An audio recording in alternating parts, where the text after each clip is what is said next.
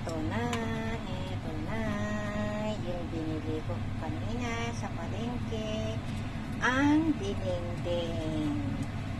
Dinengdeng is delicious. Tawag yung mga iba, burikibot. Yan. May patola, may squash, may sitaw, may kabote. Yan, and then itong spinach. Yan, sarap. Yan.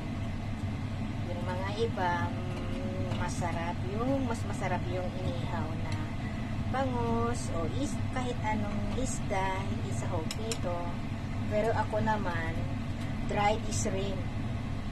Kahit sabi nila, ma-cholesterol daw, dried shrimps, pero hindi naman lagi. Ayan, luto na, ready to eat. Ngayon pa lang ako kakain ng lunch. Walang magawa.